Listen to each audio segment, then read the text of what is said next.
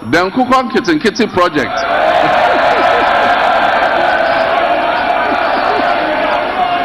Nkokor Nketenkete also marry. Hey. Oh, Chairman. Kwame. Enona. Okay, senior. Oh no, no mind the baby me bobo so keke. Oh, Chairman, me di chiremu beba. Ente sa. Me di chiremu beba. Ente o ma me akwanya ya beka ho asem. Agric minister no muto no aka nchemu be bi no. Oh, Chairman, o de nya abotre. Ame omo di bi ye nkwan. Kokon nkwan. And omo di bi nso che kakra. And omo pe ensesi ho. And na chese omo de no nsam. And omo di bi nso ye froye. Ti omo ye froye no omo ye nam ka enso kakra e de ka ho. It's just Ghana for mo pa. Nkokor ne de sese no program no Kwame o ma say din no. Sese Nkokor Nketenkete bio. Na dey. And modern Nketenkete. Come on, me how ne say. Yeah, be ya wo yi fi ni gu kwanu ina na. Hwan na ba sesa. Na yes say dey call fine. Good question. I say you talk within just an hour and I say 30 minutes time ya dey call him. Because Ghana ha yekundwa for ye didwa. Aban e ba ye no. Sabi media minim doctor ha won e kasa ma aban. Minim Oka obeyo Jemi Mama Oka obeyo aban shisha waya me nyuma hodo aba ma Ghana for do ne dey enye bi eye. You know the number of people now we use Zoomlion.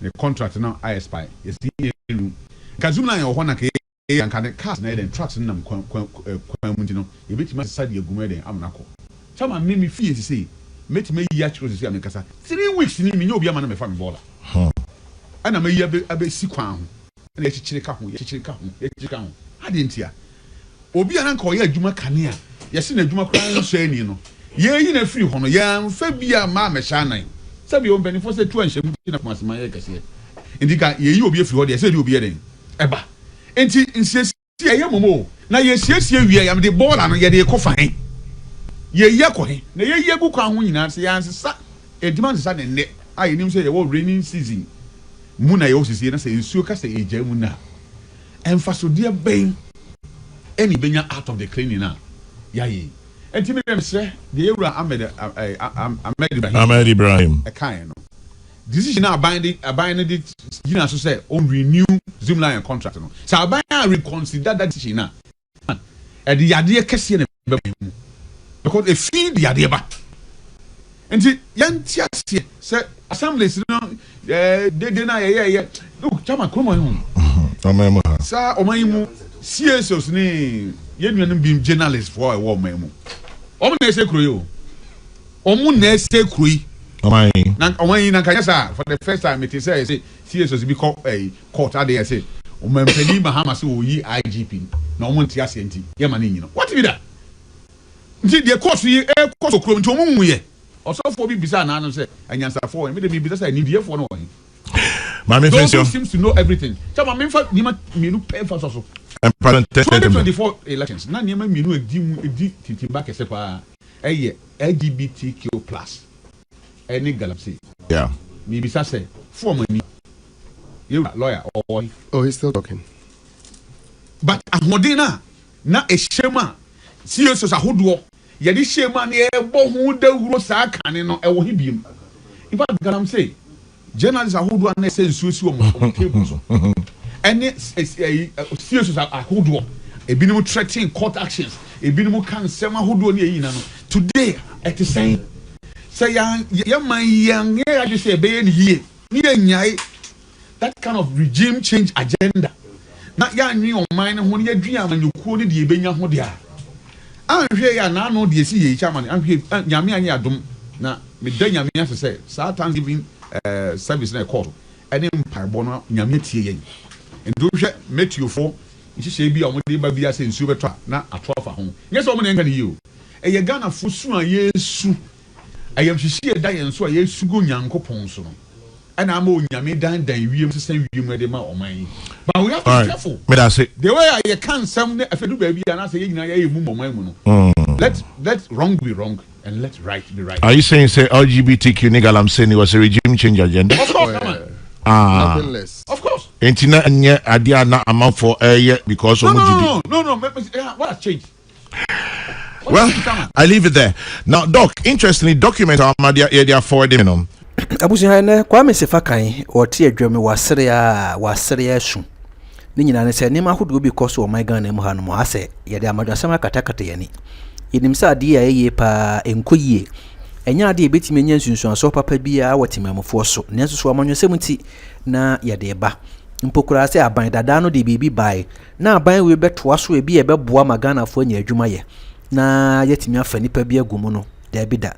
Eye sebi emfiri na monyokuo mu nko ade odebeto baabi no no so de ne de aba yenim se ebre ya NDC aban ba ye niema bebre no na MPP aban ahya ase a na woyo na ebo atimemfo nanso so si ebeka se MPP fo na de ba ye de ene ye besi nchen ne yenso ye de aba ebre ya na John Dramani Mahama obonto ase Ghana fo nto aba ma no ni nsem ba kwa na ota kan se ode dwume de bi beba aye friend se Nkokor Nketenkete fi se MPP for the planting for food and jobs by and a planting for food and export into ono so aba ono so ewo do de by friend se Nkokor Nketenkete I no de omo ede Nkokor ma no be che Ghana for na wo matimi ayen wo mo afiefie mo matimi aton na wo mo so atimi anya bi awe na afenso so de wo so afo yo ne hwe ye kuadwuma ho sensem so me kire Minister for Agric Enra okokopie mu ewo Parliament Assurance Committee omuko busa Nkokor Nketenkete no asem o se wo no kra en ngwongwompo se Nkokor no mode ama wo mo se wo monyen no ti se do mo de abonkwan yo wo mo de ni nyina abonkwan asa ye video kura asa de asende no a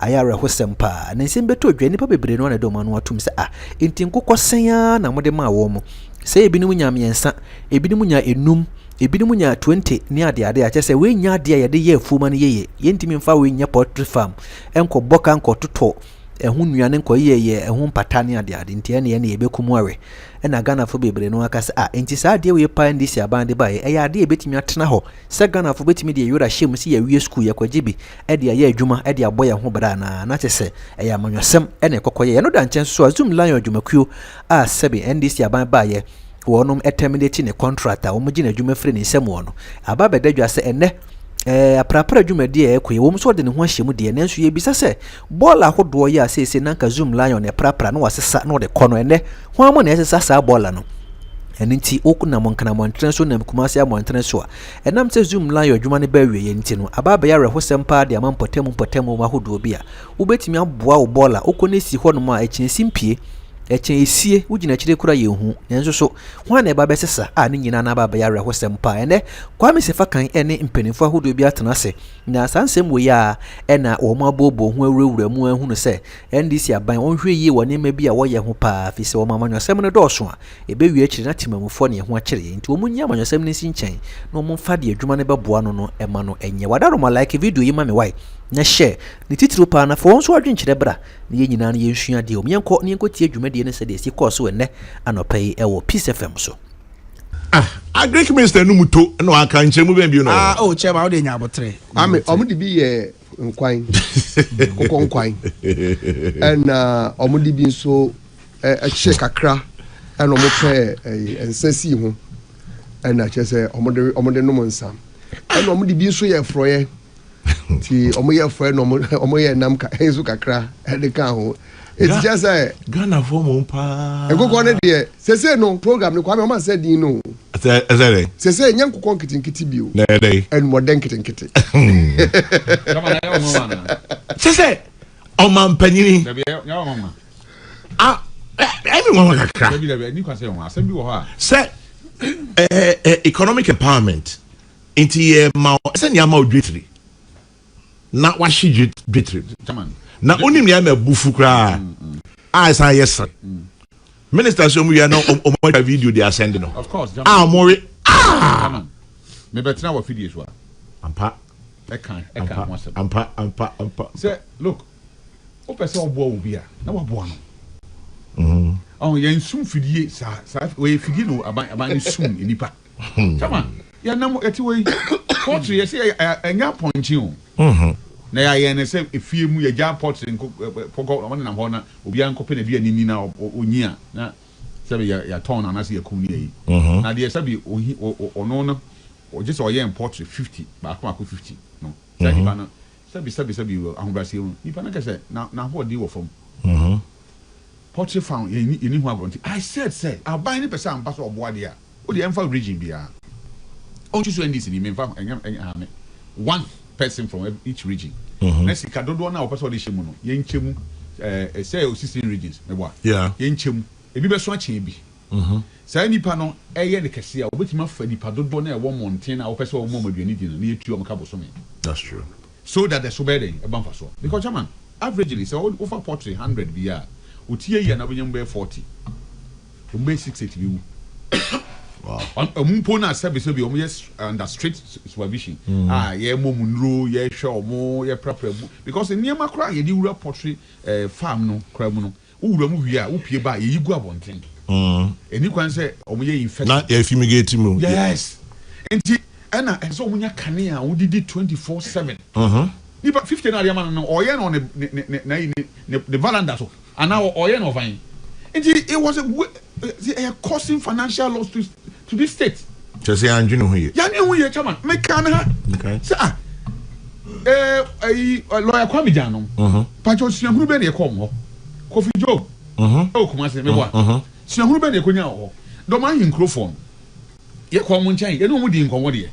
Because we pay poultry farms ahodo e wo Ghana dodo a do man hinkro ne wo. Sanamate. Emwa omu so omu hia no omu nsa kan de ai bebre wo omu capacity no se aban bo omu e wo sika fam poultry ni nyina ye feed poultry e kan wase nyina ye feed so wo feed a obitima ye ho adwuma de amana ye once you have the land na se be unya sika to feed no na enuro na it is a constant supply of medicine so we apply no obitima ye poultry amana de ayi na ya ignore sa niema we nyina se ya the party for magic 50 mfan ko mu fi na wo di valanda obitima ya adwen na 50 no me ma omo nye 50 na enya amaso chairman ala ahini ya mom ebi nya 2 how I'm telling you there ebi nya 2 wo di valanda ba ya dan ya adwen ebi nya 2 ebi nya 5 indeed omo akra na beka so 50 ne there because of distribution challenges in Tino omo reduced it to 50 But I've even seen a video. But sometimes social media, there, as I say, you could have mischief makers. But me Nkokor omoka se bi onya baako. Wow. Yeah. And Kwame no cross am say wo pese obuan Nkokor say the Charles kan yi. Na say o say o koma na akokọ ma na nyen. So o dey business ha. Chairman akokọ 2 ye dey business. Akokọ 5 ye dey business. And the moment the minister said, say, Nkokor na Nkokor ni nyina no. Baby a yem de pa, yesi uniska osi ekura we onam. Se unisika osi ekura we onam. Eye na se wokoto na nhwie sira. Ekura ne kase yesi obetumi awe na nhwie sira. Obakọ na wa break order. Na mum sa eye mani mienu na ato ye dia. Obawi amo. Obawi ni nyina. Enti Nkokor mienu na ade amani pa ne se onye fanye business a.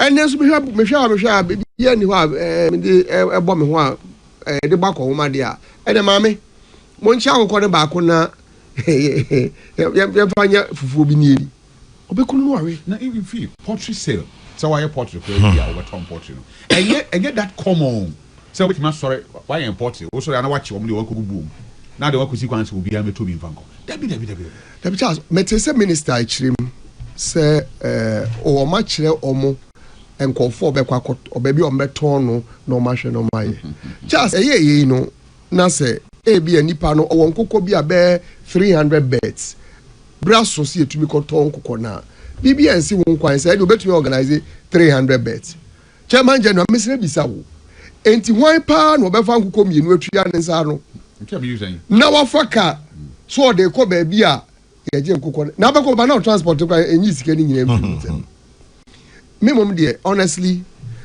maybe minister ni chimu ma yete ase so we ne dear in fact I heard him say that I need to give it to him say it was a part of also developing taste for local beds enti so maria o ma because at the end yes mun find developing taste enti so o ma wo say at the end more de enti de ebenye wa ha no o mbeto but this could not be anything said business akoko mienu miensa nan ananu ɔmo de ɔmo sɛ deɛ ebinom de ɔmo pɔ ɔmo application bi a na ɔmo de esi nkyɛn ne akye kakra de ama ɔmo de tuya n'ano owia no atwa minister twaba twa selfie na ɔmo de asɛn de mi. ahɔ na emi hu no sɛ ɔmo tumi twa video de sɛ minister.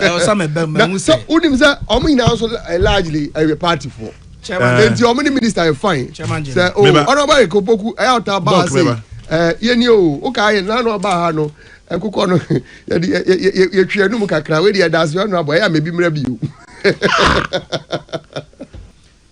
The import bill on poultry is about $400 million annually. Chairman, a move Ghana and Nkokor AD or Ghana no. Yet me produce just about 5% pay. And so the whole idea was to boost local production and what have you. Now, this last part, a friend of Nkokor Nketenkete Nankasa, your backyard farming, no. There were two intentions.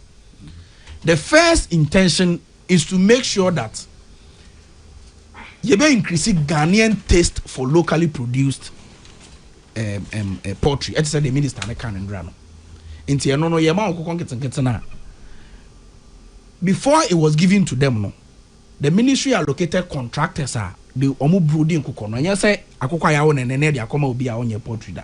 E dey na esi mu kwan say minister na nya opportunity and parliament. Me oba church said ye wo kan mu. Nanka focus no nkoye say ya we Nkokor no na ya send video di ama me because me upon the okay na mo challenge ho Ghana for no send ye selecting Nkokor e Nkokor no ma ho send me Ghana ni obi timi nchen ono abeji anya Nkokor na revenue apply say me ba ntia me ka say because you see hu nkomodie no kan say how to apply to get it you know ni na ne enim ho asem ebiem so obi a oye import bia betimi o mutie ebia na they making also stand to be corrected abo bia bedi be port ne enim mienu chairman ye wo mo moto ene o ma se be mema na ye ton mo no te mo moto no de o moto be for some time and nipa na mu se o ma ho de nkofo ba no ton port bia di about 6 weeks I say ye ton ko mu di more than 6 weeks how no mu di kese pa enti minim how we go keep mu ano for 1 month for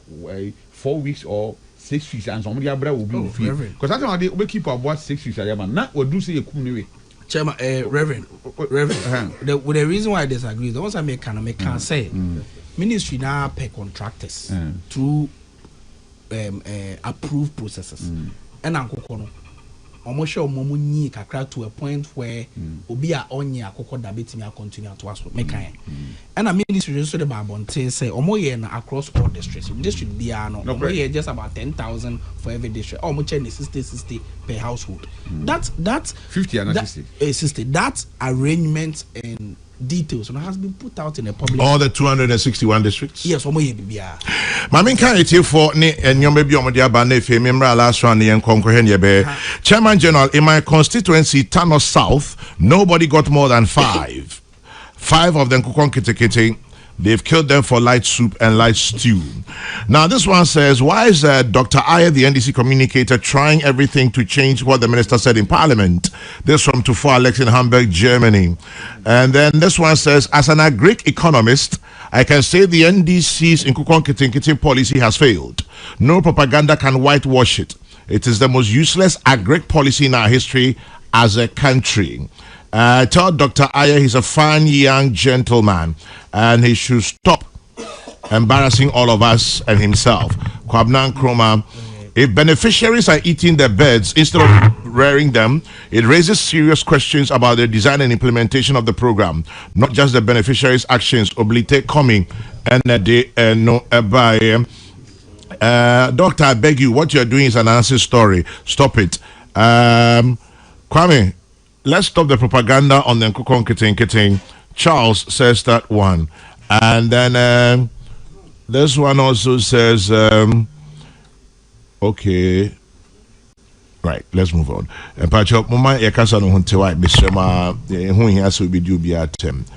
Just go straight to your point. How come the Nkokor Nketenkete have been eaten by the people without the minister getting to know before it happened? I thought they were given to people to monitor They were giving people to monitor the activities. Dr. Aaron Edu, UPSA. Nkokor Nketenkete was set to fail from the onset. And now Charles Usu Ekanum. In case you add some, but I've taken it out. And then, what kind of policy cry was this? It is sad when leaders in this country have good thoughts about the citizens, bring good policies for them, but citizens end up destroying them. Why eat your investment?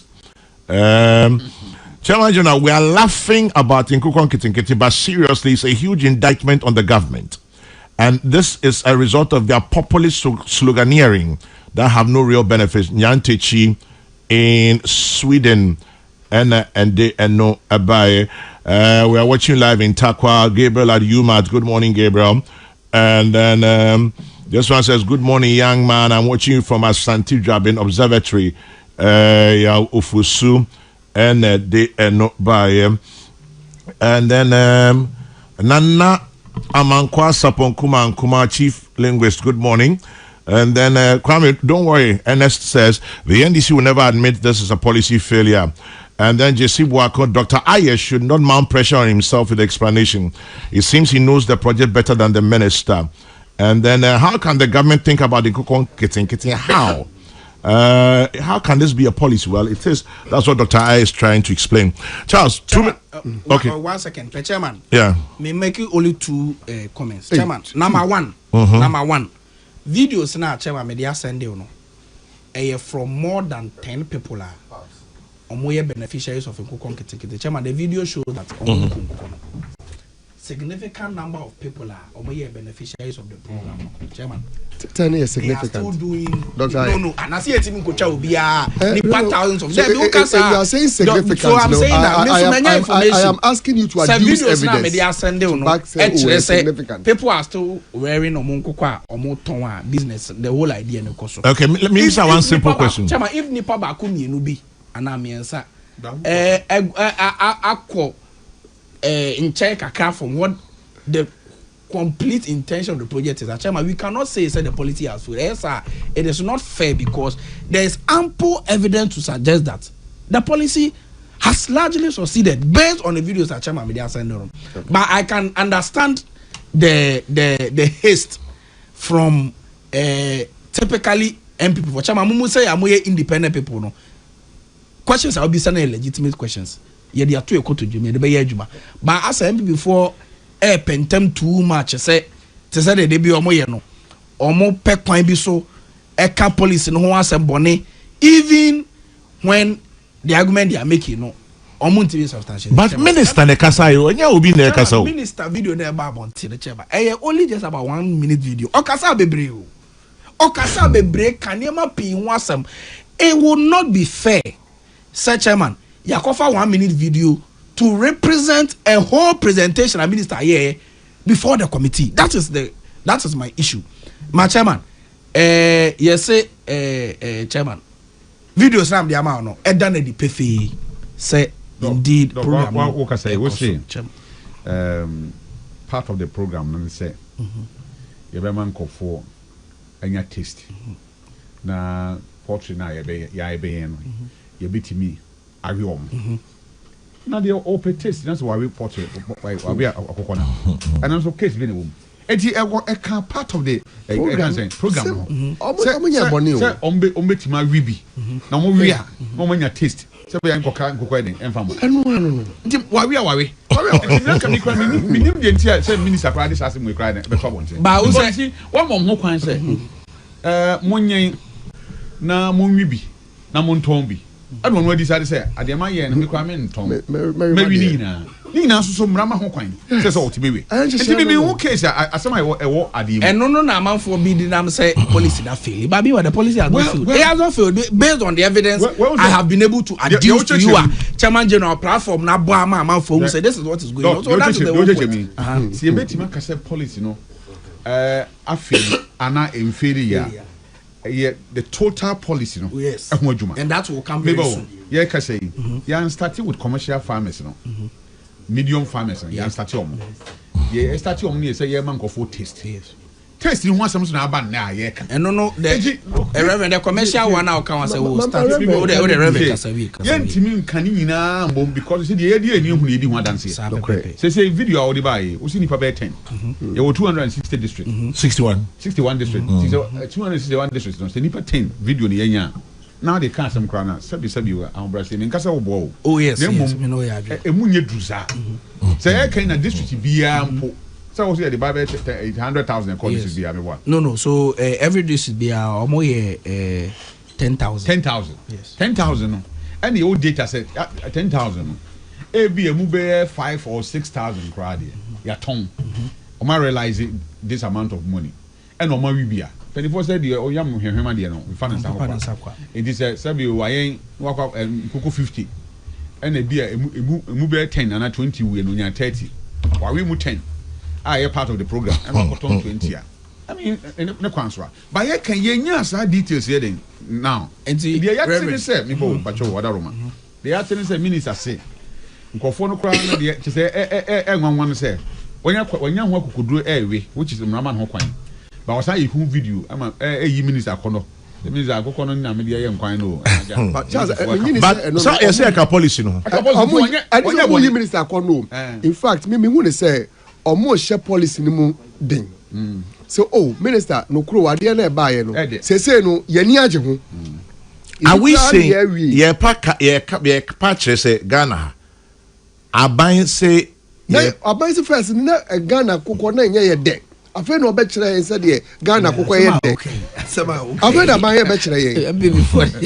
Charles ba to so we are ma bem. Enti me, so on the American answer, me dog.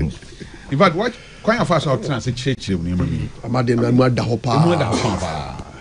But the ama entimi ma wo de no che yenka say ye gidi ana ye nyin say me judi di say the work in a policy so mo ye ne sa de di kan say ye concentrate on commercial farmers no kra I ka say Nkokor credit man binim 20,000 and ye binim kra 50,000 a year so omo de wo de omo ye susudua aya na kan nya den because farmers no dey e wo dada na mum say e share policy nim say you pass a boost Nkokor taste. Your man Nkokor no da ho. There be you say chema uchemu ye me say you pass a boosting the Ghanaian taste in locally produced. Yes, and this is locally produced. That's what we can. This is locally produced. As a what kind of? Who say we are not reverend? Allow. Okay. Mpacho, one question. I don't see you. Ose locally produced. Yes. Enti Nkokor Nketenkete efrihin abanko towing. Oh, chairman, some of you can't say the information I have is I say ebu onuma. The whole idea was initially not you importing it fully. Checking na yanye wa bontia. But we locally produced. But we no. And I say locally produced. A bank or towing. Chairman, I know the Sisi Amenoka. I know there are hatcheries in Ghana or Muyebi, but me to be more full details on whether. Or hatches now Ghana. How many beds any of the starting project? Chairman, I think it was Oye calculation now. 10,000 multiplied by 261 now. Then we are looking about almost 300,000 beds for this particular Nkokor, the third part of it. You know. That is what this calculation shows. But 10,000 by 261. Yes, that's about 261,000 into almost 300,000. It can even be more. We're talking millions here. No, so the millions, the commercial, we now say will be about 80,000, which will start very soon. But no, very soon. Me but 10,000 by 261, no, and yet 300,000. No. Me say, Chairman. Okay, mami, Chairman, I'm saying do a comparison here because him ni bi. Oh, why didn't you? Sir, Chairman, maybe some question. Chairman, maybe some question. Me can be now. Policy the match me mother home. Yati asiye pa. Ah, yeah, Chairman. Yes. Charles Bajo is about 2.6 million. Yes. Chairman, 2.6 million. Yes. 2.6 million. No. You bet him can say a successful. If you have data on the 2.6 million. Dudwa, you pass you boost your taste into Yari. And so Yari. Mravia is home. Any day yaton. Charles, answer now be do hono. Chairman, onim say. Nentia me bisa sa question no. 2.6 million birds.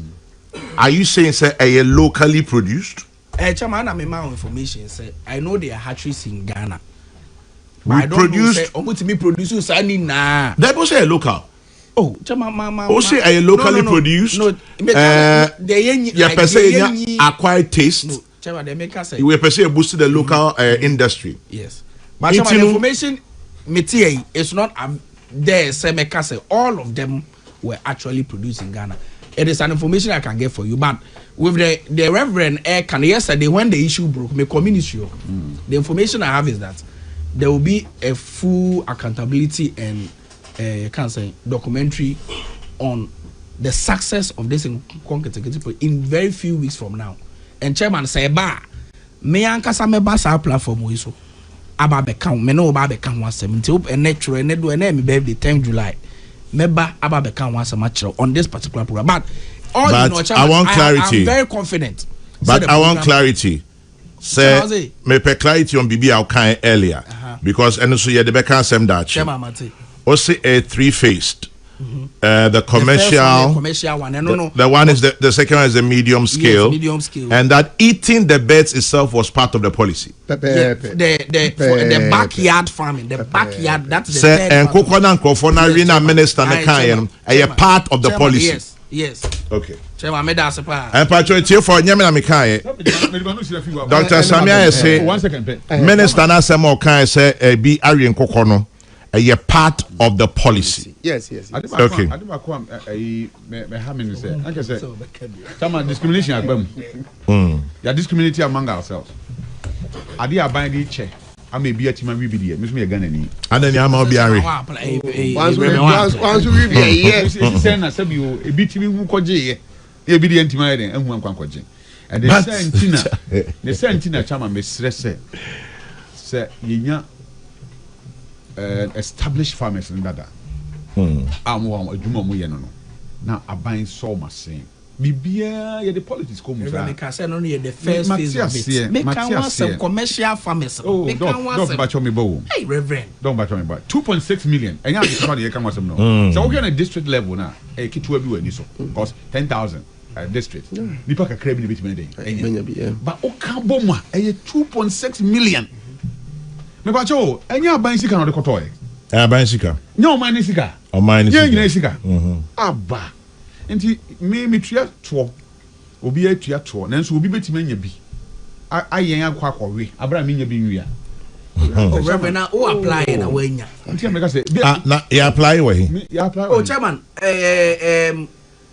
Onkai.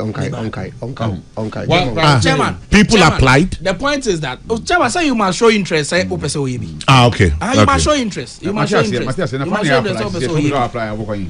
Oh, it's a ministry. Your ministry be every region. And if you want to do it, you can do it. I remember the involvement of the Ashanti Minister. Amen. Na nyame mo na onya kwa Nketenkete kaka won backyard. There ya na wo da dura. Mami comment in Mesaba. This one says is Dr. Ayeka sure he's prepared for this conversation this morning? Oh, Chairman, how? Details. PK Sapon says the local suppliers of Nketenkete have been crying. The government is yet to pay them for supplying the chicks. Meanwhile, the beneficiaries have already slaughtered them for pepper soup. Ibrahim. Menka say Dr. Ayeka say nchimu a odi aba ewo nhihye Izan say kwa me na madwi mu de. Na me hu ne say nhihye no efeli. Nemum achire mara pe me yate ase so nhihye no said aban bo ni trimu po so de be adwuma no sa pepepe NSC. Then why is the minister complaining? Anything eno ni asem no kwam de ha adwen kakra wo ho so ne say minister no opa ban mu NDC for obi a okasa cheda no ate nim kasa pa odomori kopuku eye baako enti na asem a wo ka no na nka me de mempese imagine no asibone na sinchemu a Dr. Ayeka abada mmate ase ene say aban se kan no ane yete Ghana ha no na yenim se Nkokor a yanye wo Ghana ha se dede aban se kan no nanka akoko bi a wo ha bi an yempe se yebere de nanka ye pe na ya brochire de enti aban se sasa na tie de a Ghana fo afemi be kire mu mama hu se Nkokor a yanye wo Ghana ha na ede enti ya mu nwi bi eno se sunti no aban se sasa de a obrem Nkokor monye Nkokor no munye wi a munwi bi na monwi ne se etom botachere maso eye mo da na mo so oh sa Ghana Nkokor edo eti se free na ekọ no monwi Nkokor efra buchiri biu eti kwa se sa na tie de a ene na che se de minister aka de na wo se nkotumi eka ne se ebusuafo de adi si ye ni so se pese Ghana for un se sa Ghana Nkokor ede no kwasem no we have achieved that de call ye no amanfo ni nya ye no o maku awe ayo o mo de no o mo san so kura pebio no o ma san so awe aka ho until we have achieved that. I thought that was what it was supposed to be, not to complain about it.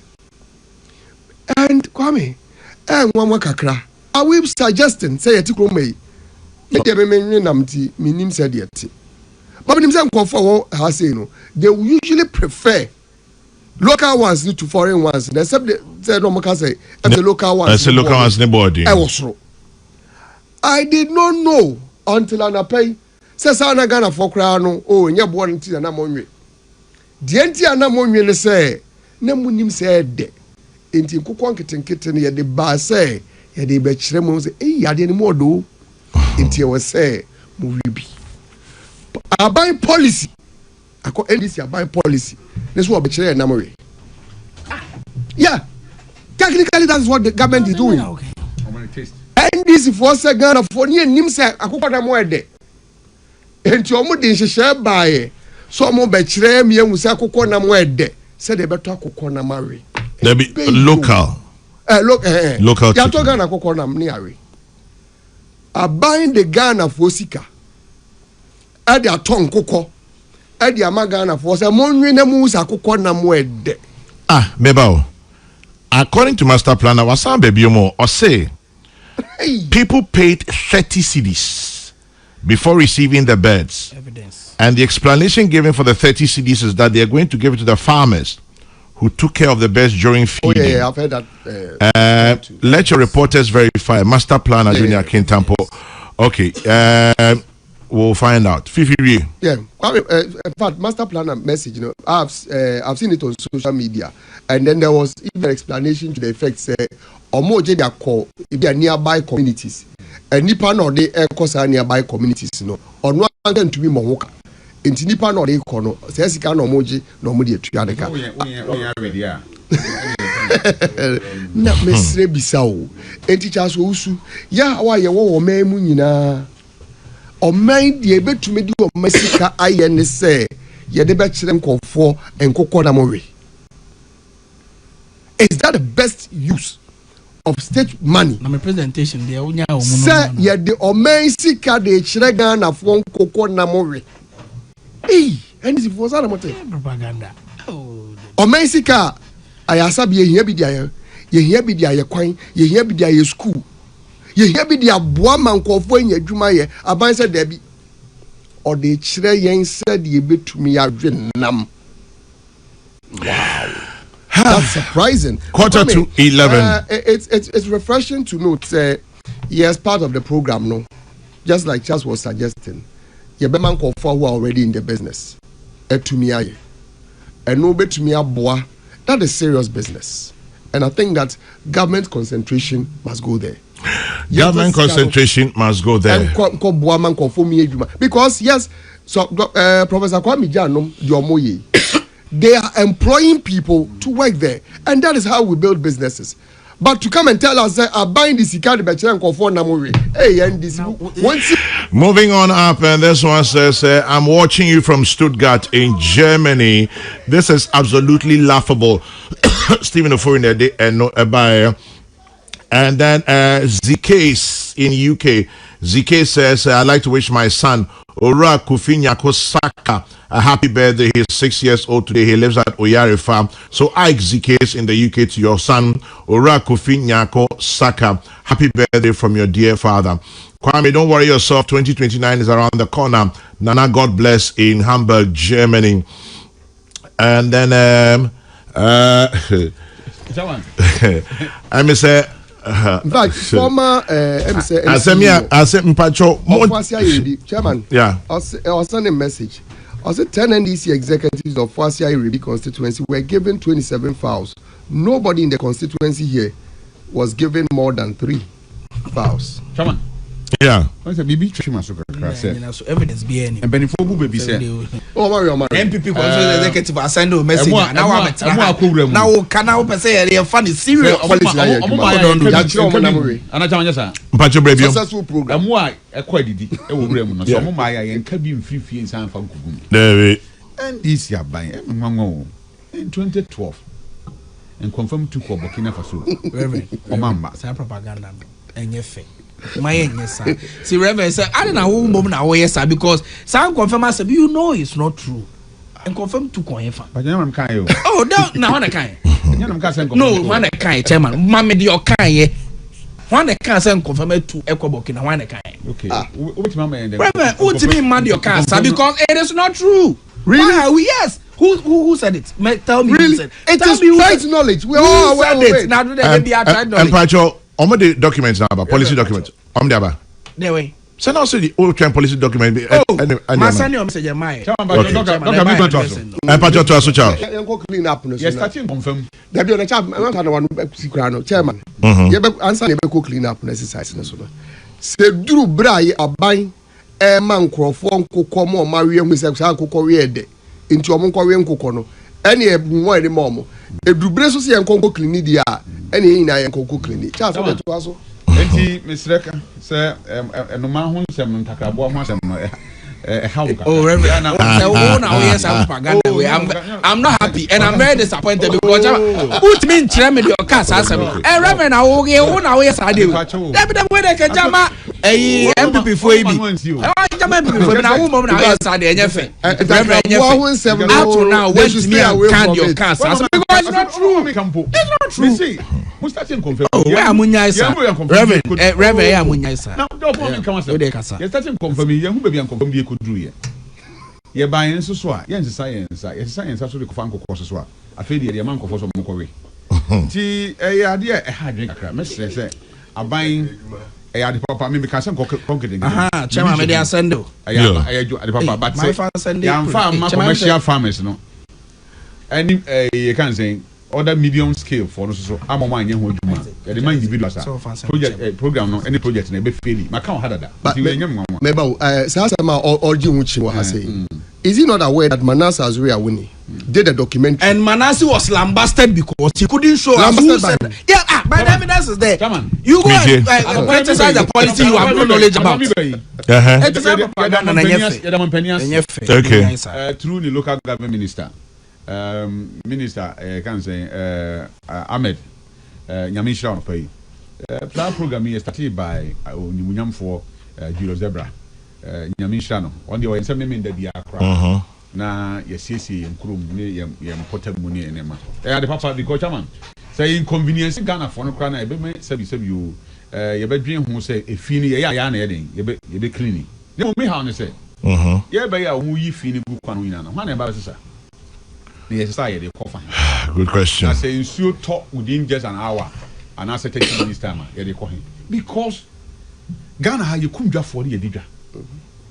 I buy a buy, you know. Sabi, medium minim doctor or how on a Casama buying. Minim a buying shisha wire, men you ma hold do Abama Ghana for the one in be a year. You know the number of people now here in Zoomlion. The contract now I spy. You see, Zoomlion or one and can cast and trucks in them quamuntino. You bet my side your gumede, I'm not. Someone made me fear to say, met me yachos to see America. 3 weeks in me, you'll be a man of a family baller. And I may be a bit sick one. And let you check out. I didn't hear. Obi an uncle, yeah, Juma Kania. Yes, in a Juma crying, saying, you know. Ye in a free honor, yam, Fabia, Mamma Shana. Sabi on benefits 2 and 17 of my Ayeka.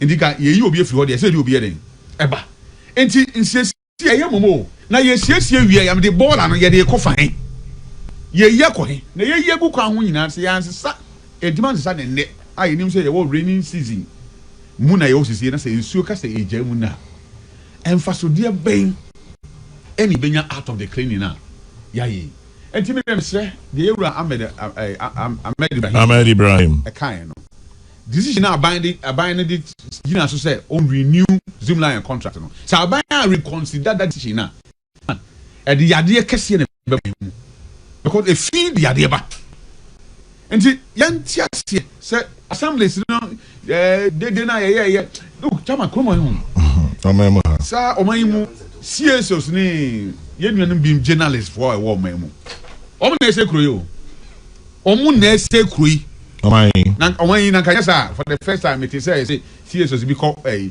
court ade say omampani Mahama say oyi IGP na omo ntia senti ye ma na nyino what be that nti de court yi court okrom nti omo nwuye osofo bi bisa na anu say anyansa for me de bi bisa say ni die for no ohin Mami Fensio seems to know everything chama me fa ni ma minu pay for so 2024 elections na ni ma minu edi titimba kese pa LGBTQ+ any galaxy.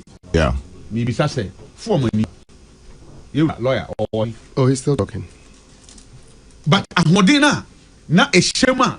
See us as a hoodwo. Yadi shema ni ebo hu de wuro sa kan no e wo hibiem. In fact, galam say journalists are hoodwo na say nsuosi o table so. Any see us as a hoodwo.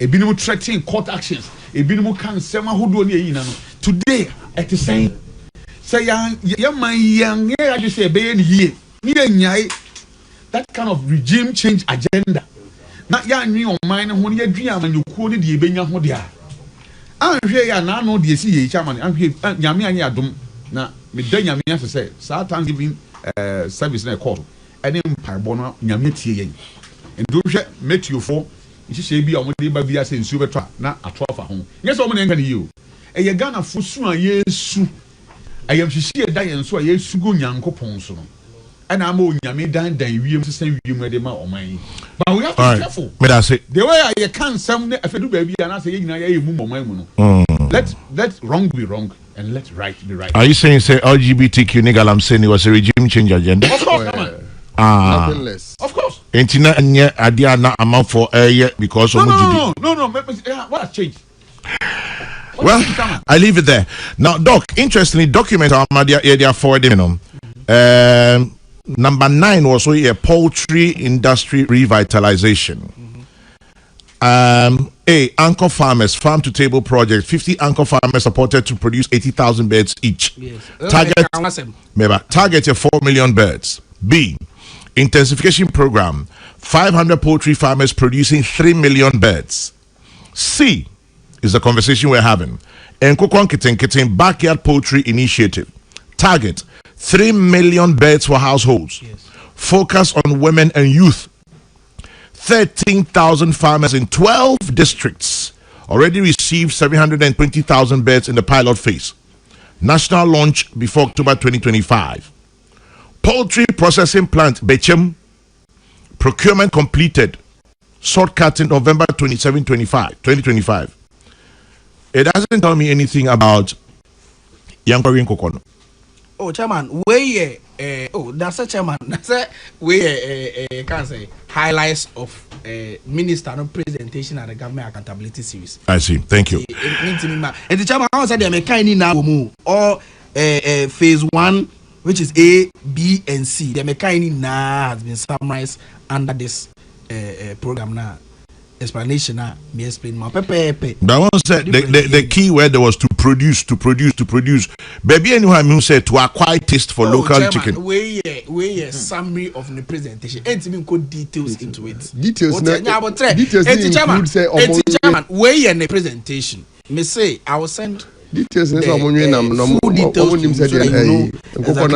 chairman na my fifi na bra fifi yo chairman me that say to yanko me gidi say en krumasi no akoba nisa isan say one e wa said de sonko hwe na esiesi krum no ɔman fɔma sɛ deɛ na anyɛ dwuma ɛno sɛ sunti no akɔba ne sɛ gyisie nyinaa no yɛ bataboa ne yɛhwɛ ne tumi siesie kurom ɛsan sɛ deɛ na kɔfa we bae deɛ kɔfa we bae nyinaa yɛ nsuo anan no tɔɔyɛ ne awudi adidi ɔman kɔfoɔ free mu ɛsɛ japadeɛ kɔfoɔ nnwuma ne deɛ kekekeka ho ɛna no me ba bɛka sɛ na ma mte sɛm paa sɛ nsuo tɔteɛ na ewiri a ɛtwe de kogu drains nkyɛn ne anim pefee sɛ sɛ ewiri yi nyinaa no ehim san kogu drains mu a ɛde nsuo no ɛbɛbie a ɛbɛkɔ nkɔfo fie yɛwɔ aban adwumayɛfo Ministry of Local Government wɔ man mu yɛwɔ 261 MMDCs ɛwɔ ha sei ɔmo agye gu hɔ afei yɛsɛ me nyɛ madwuma me kɔnne chairman general onya microphone yɛ chi nkɔ wɔnkɔ pra bibisa o ɛnyɛ bia no yɛntume nyɛ toɔ yɛmfa toɔ no fa mmɔ nipa paa ma ɔnyɛ sɛ adwuma because I am told that companies are not operating from Anapay to 12 o'clock. What is the cost of saying human no? What is the cost to us? And when you do the cost benefit analysis, is it really giving us a better result? Say, you be to you de be man kofo and kofo de be man wono. Adwuma Sefa tasa was omo ye no. Ombe ye say adwuma no. Because yeah, kwa be when is just for the optics, settings, juju and tricks. And the permanent yema vice president wakɔno akɔgyina gata no yama ne shovel no wasa miensa no de agu hui barum ne ye de kɔ ne ye twa mfoni ne ye de aba whereas sa sika enkankɔfo kɔ adwuma ye benya no ye de bonkɔfo pa na Charles Eka Zoomlion other companies that are into that business yet to be more pa but yeah say oh it's business as usual. It is even creating more problem because more problem in the day, you know. Near Quakoti, near the good drains in the so. Utiti good drains in the suya. Na sanso aquacogu gatenim cost 90 okoye anasa obaye. Waba. As soon as one day, Majid is a German. A yes, a be a huchire bremu, yen abedan with this say, dear Cosono, ye ho. Yep, NDC better CSC. Now, so we're not there. No, it's just only touching on the symptoms. It is not to the main issues. Some person will solve a problem now. Make sure that you've employed the people.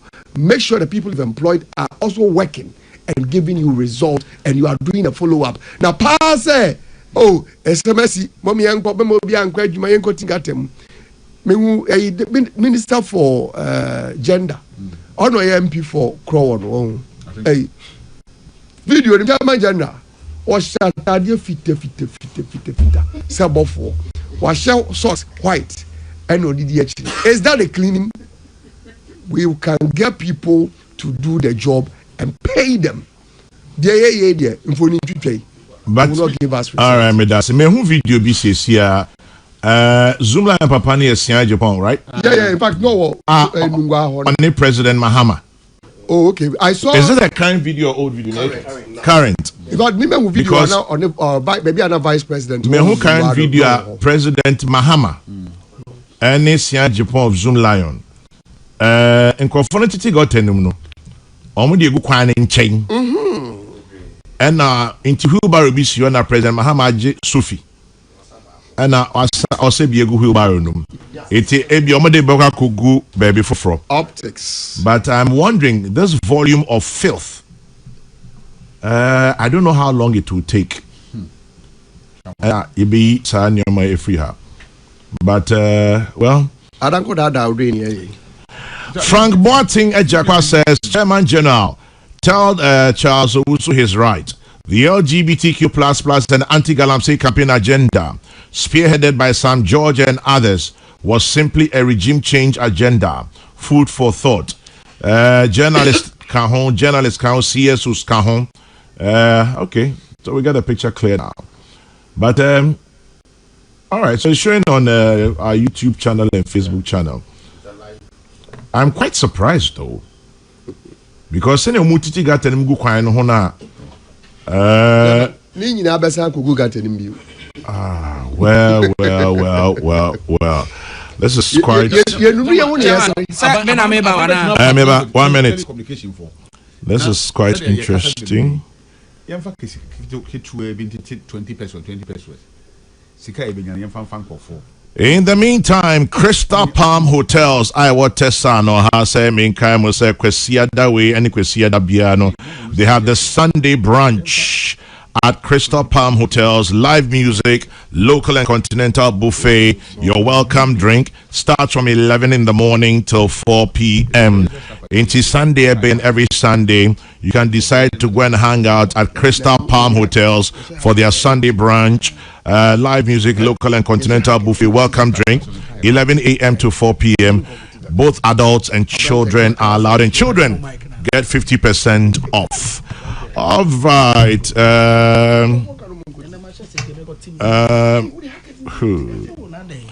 Confu says no designated place to send them. What are we really hoping to achieve? Well, Confu, I don't know. This one says cleanliness is next to godliness. How can we be godly people and yet not be clean? And then, all right. Dr. Ibrahim Yampong. Chairman General. Papa. Before me do, Chairman, before me fear me call Jubilee out straightforward. Do go to get in. I quite you must say we share we name. Chairman. Before me get to na me nua fifi bo for 2 years for say o sika na dey ye feed Ghana program no. Nya ne fanya hospitals, ne fanya school because I know so important. Many age say ene me nua fifi bo afo. Nyame wenya epiphany. Na nyame atiese no so no who said there is the need to build us because only less than 2 years ago no okromu omudi Ghana sika ye national cathedral. Yeah, president in Mame Kasa 111 hospitals. Mame Kasa enra kra minister crack of parliament could be free parliament say we are considering completing 35 of them. And they just say yes, year. What about 8 years? We want to complete. You give 6 different completion hospitals. I don't want us to do this politics. Oh, Kasa man, Kasa man. No, but so state chairman. Because hospitals have been built. Chairman, I don't want us to go there. It's a necessary meeting, and you know who say, see, I know. Kaosanka National Cathedral sika no ye jai ne NDC school say there ade ase dey aban papa aban nti na bibia ekoye dey tell the chairman this issue sanitation issues no it is a big issue. Chairman say alajo he ya unum dey ma flood no e buy pa gidi wo ho no e dey na buy unum say so no to ya kwa do baby no the information I got was that a finu blocky gata I'm for cross the ball and you go. And it turns so to no go. Chama block you no. Na so nya baby nya dey. E ko biom na afi dey. It's true. Videos about man for J-Wagon, GLE, Land Cruisers are omode akọ repair so alajo no so no dey die. It is a big issue. I'm confident with government's response. At least sika omode release here omode ehu adwuma. I know say it is only an initial step. I hear 350 million. Me who say inaugurate a committee, a task force, so they will be engaged in the dredging and what have you. Now, number how I my from. So my press conference. Because you see, I see you. Yeah. Yeah. And now, a mini fifi so say, I didn't into young Grufosi cano money cleans. Hey, now I say the communal labor. It is a near communal labor. That's our time no. Now, yet to young Grufosi is come money. No, sometimes when all of us it is symbolic. Say, a bind be based on what has happened. No, we are gathering support from the citizens. Na ye na no ye wash ye Reverend Chim ye can say no be adan ho so say this is what ama and which enti sisi ano because of that na ye na Ghana support president ama vice president obia e kan ho abo mama o mani na no na babon thing when you have the opportunity. Am I yes so you are this one to you are criticizing. Do you have to criticize everything? Why? Why exactly? So do we have to criticize everything? Yeah, Ghana support. So am I na yet timia keep here who clean also. And also Ayeka high campaign procurement. Why? It is very unfair. Is the government policy now going forward? They say I buy a contract will be a private. Is that a new policy? A private individual. A co-founder machine say Audrey J. Although Ibrahim Mama, Mr. Ibrahim Mama. What was the MPP's commentary? The you criticize it because of politics. And then suddenly one front to my opposition they are criticizing, and you are criticizing every program, sir. Obia any jehua ye jidi say ebebwa. Why? It's Reverend Nkokor also on Zoomlion matter, and also a very good conversation. By the end of the day, I will say we na share before and after. What are the benefits? What are the consequences? What are the demerits? I know so your conversation and paying for me in charge, no. Mate, Doc, we need collective support. Obia, say we journalists, say we politicians, say we